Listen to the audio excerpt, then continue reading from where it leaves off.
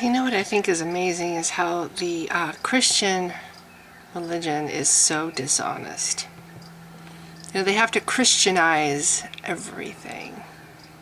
They Christianize history by taking non-contemporary historians like Josephus and putting paragraphs where they don't belong, because they didn't have actual evidence to show that Jesus ever existed, so they had to invent stuff and place it in various writings. Oh, look, there's that writing right here that says that Jesus existed. I mean, they had to stoop to these underhanded tricks to try to historicize Jesus.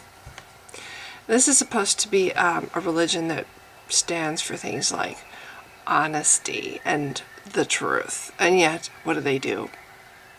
They take things out of the Bible that they don't want people to know. They rearrange things, they misrepresent things, and they put things out there in other people's works, other people's writings, because, you know, they don't have actual historical evidence, so they have to try to invent some by using forgery and dishonesty. Yeah, they have to Christianize history. They Christianized actual writings by historians to make it look like their claims were true. And to me, this is like absolutely the most unethical thing you can do. It's like, imagine you live your whole life, you know, this is our time, we're making our story every day. We're making our own story, putting our mark. You know, this is our one time to leave a mark on the earth in some way. We decide how we want to leave, you know, the earth behind when we die. What we want to do with our time. Do we want to leave a positive impact on the earth in some way? You know, do we want to stand for something? Even if it's just for ourselves, not any big deal, just to stand for something for ourselves. I'm a hard worker. I believe in working whole day's work. Okay, so after you die, how would it be if somebody came along and found your journal and wrote things in it to make you look like a slacker, like you hated to work and like you were lazy and you never did anything, you never worked at all. You sat at home and drank beer and made your children work because you didn't want to work, or maybe you married somebody just to, you know, then divorce them and get money off of them so you wouldn't have to work. What if they wrote all this shit about you that wasn't true and completely sullied everything you worked your whole life to stand for and to be? You know, everything you represented in your life.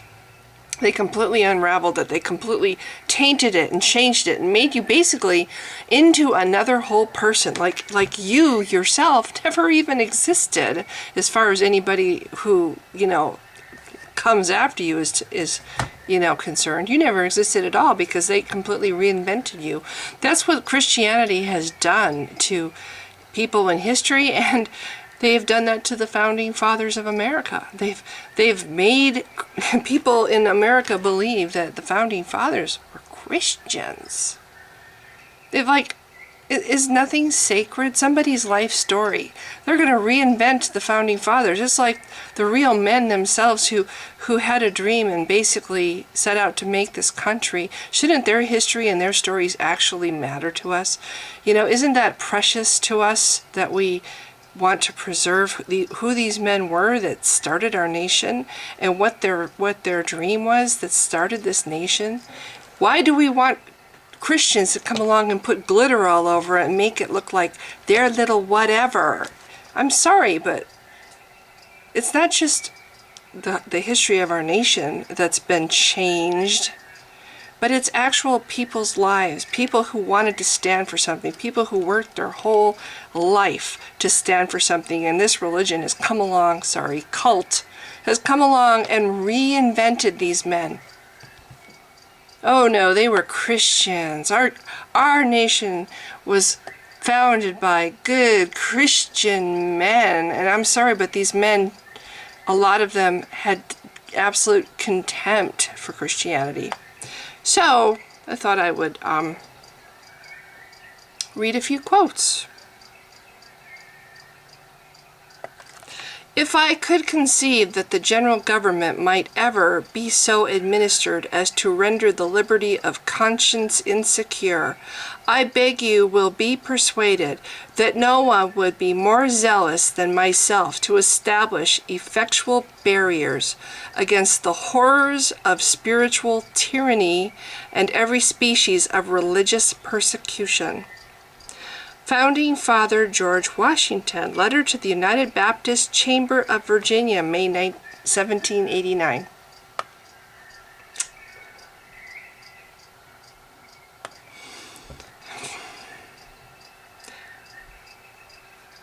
Of all the animosities which have existed among mankind, those which are caused by a difference of sentiments in religion appear to be the most invertebrate and distressing, and ought to be depreciated.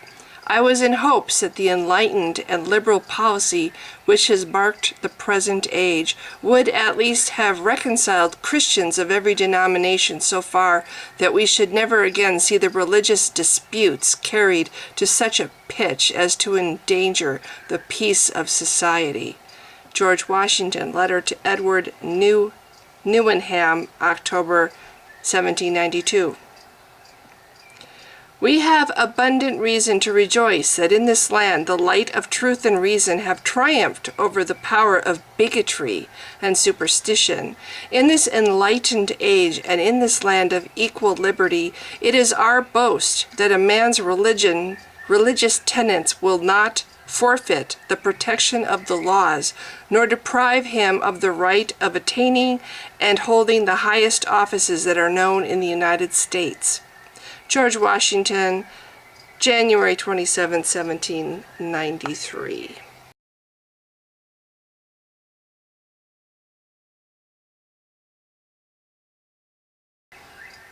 The United States of America have exhibited perhaps the first example of governments erected on the simple principles of nature. And if men are now sufficiently enlightened to disabuse themselves of artifice, imposture, hypocrisy, and superstition, they will consider this event as an era in their history. Although the detail of the formation of the American governments is at present little known or regarded either in Europe or in America, it may hereafter become an object of curiosity. It will never be pretended that any persons employed in that service had interviews with the gods, or were in any degree under the influence of heaven, more than those at work upon ships or houses or laboring in merchandise or agriculture. It will forever be acknowledged that these governments were contrived merely by the use of reason and senses. John Adams, 1788. 13 governments of the original states, thus founded on the natural authority of the people alone, without a pretense of miracle or mystery, and which are destined to spread over the northern part of that whole quarter of the globe, are a great point gained in favor of the rights of mankind. John Adams, 1787. We should begin by setting conscience free. When all men of all religions shall enjoy equal liberty, property, and an equal chance for honors and power, we may expect that improvements will be made in the human character and the state of society. John Adams, 1785. I contemplate with sovereign reverence that act of the whole American people which declared that their legislature should make no law respecting an establishment of religion, or prohibit the free exercise thereof, thus building a wall of separation between church and state. Thomas Jefferson, 1802. In every country and in every age, the priest has been hostile to liberty. He is always in alliance with the despot, abetting his abuses in return for protection to his own. It is error alone that needs the support of government. Truth can stand by itself. Founding Father Thomas Jefferson, 1814. I am for freedom of religion and against all maneuvers to bring about a legal ascendancy of one sect over another. Thomas Jefferson, 1799. History, I believe, furnishes no example of a priest-ridden people maintaining a free civil government. This marks the lowest grade of ignorance of which their civil as well as religious leaders will always avail themselves for their own purposes. Thomas Jefferson, 1813.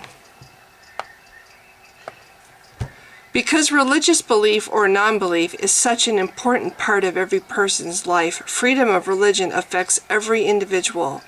State churches that use government power to support themselves and force their views on persons of other faiths undermine all our civil rights. Moreover, state support of the church tends to make the clergy unresponsive to the people and leads to corruption within religion. Erecting the wall of separation between church and state, therefore, is absolutely essential in a free society. We have solved the great and interesting question whether freedom of religion is compatible with order in government and obedience to the laws, and we have experienced the quiet as well as the comfort which results from leaving everyone to possess freely and openly those principles of religion which are the inductions of his own reason and the serious convictions of his own inquiries. Thomas Jefferson, 1808. Christianity neither is nor ever was a part of the common law. Thomas Jefferson, 1814. And I have no doubt that every new example will succeed as every past one has done, ensuring that religion and government will both exist in greater purity the less they are mixed together. James Madison, 1822.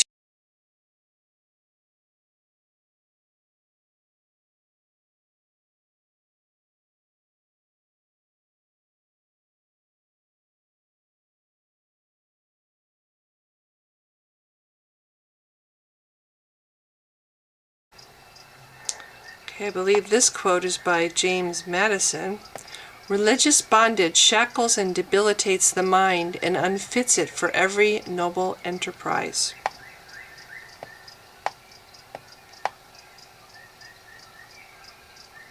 The purpose of separation of church and state is to keep forever from these shores the ceaseless strife that has soaked the soil of Europe in blood for centuries. John Adams quotes, "As I understand the Christian religion, it was and is a revelation.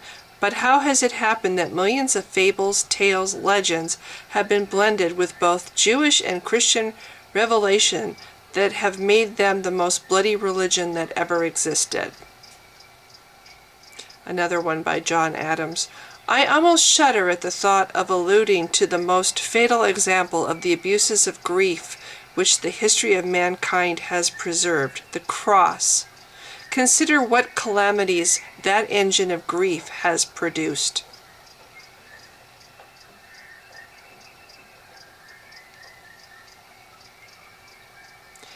Another one by John Adams. "The divinity of Jesus is made a convenient cover for absurdity. Nowhere in the Gospels do we find a precept for creeds, confessions, oaths, doctrines, and whole cartloads of other foolish trumpery that we find in Christianity."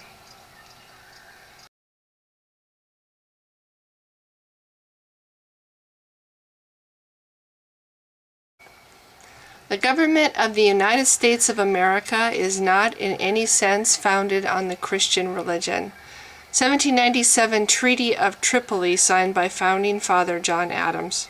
I just heard just recently that a treaty is the highest law there is in this country. So, let's read that again. The government of the United States of America is not in any sense founded on the Christian religion. Question with boldness even the existence of a God, because if there be one, he must more approve of the homage of reason than that of blindfolded fear. Thomas Jefferson, 1787. The civil government functions with complete success by the total separation of the church from the state. James Madison, 1819. When a religion is good, I conceive it will support itself, and when it does not support itself, and God does not take care to support it so that its professors are obligated to call for help of the civil power, it's a sign, I apprehend, of its being a bad one. Benjamin Franklin, 1780.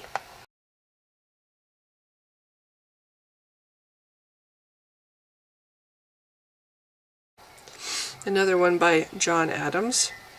The question before the human race is whether the God of nature shall govern the world by his own laws, or whether priests and kings shall rule it by fictitious miracles. Can a free government possibly exist with the Roman Catholic religion? God is an essence that we know nothing of. Until this awful blasphemy is got rid of, there will never be any liberal science in the world. Have you considered that system of holy lies and pious frauds that has raged and triumphed for 1,500 years? He's talking about Christianity, by the way.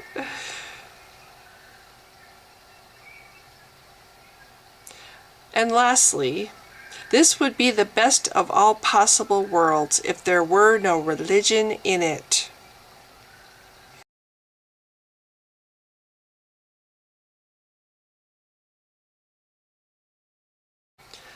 Thomas Jefferson. And the day will come when the mystical generation of Jesus, by the Supreme Being as his Father in the womb of a virgin, will be classed with the fable of the generation of Minerva in the brain of Jupiter.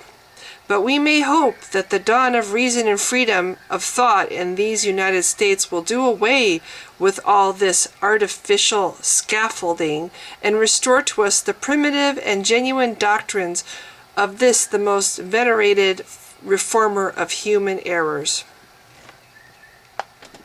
Millions of innocent men, women, and children since the introduction of Christianity have been burnt, tortured, fined, imprisoned, yet we have not advanced an inch towards uniformity. What has been the effect of coercion? To make one half the world fools and the other half hypocrites, to support roguery and error all over the earth.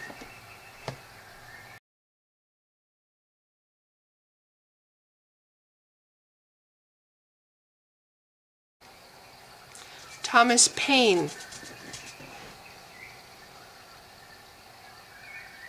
Of all the tyrannies that affect mankind, tyranny in religion is the worst.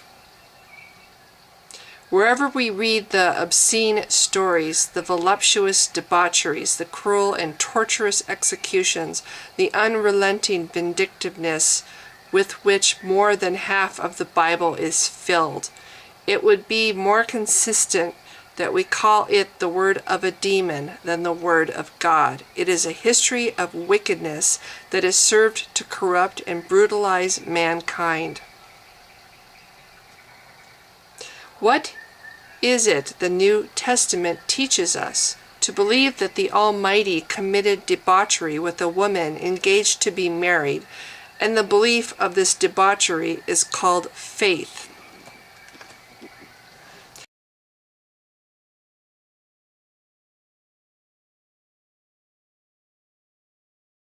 And lastly, by Thomas Paine. The study of theology as it stands in the Christian churches is the study of nothing. It is founded on nothing. It rests on no principles. It proceeds by no authority. It has no data. It can demonstrate nothing, and it admits of no conclusion. So yeah, I do get upset when I see these websites that try to say that the founding fathers were Christian, and that that America was founded on Christian whatever. No. And it angers me that it's not just a country's story, our nation's story, that Christianity steals from and sabotages, but it's the story of actual living people, their lives, what they stood for, what they fought for, that they pervert with the bullshit, and it angers me. And at the same time, they try to say that this is a religion of truth, and yet they commit all these dishonest, unethical actions to create the delusion that this religion, all the things that support what they want, basically. So anyway, that's all. I just felt like, quoting some founding father stuff every now and then. You're going through your day, and you're having a day, and every now and then you just get the craving, the desire to just quote founding father stuff, and that's kind of what happened to me. Oh Lord, it is so muggy here. I'm like, I don't even know how I'm going to sleep tonight. It's like, oh God. Okay, anyway, so yes, if you've been watching, thanks. Bye.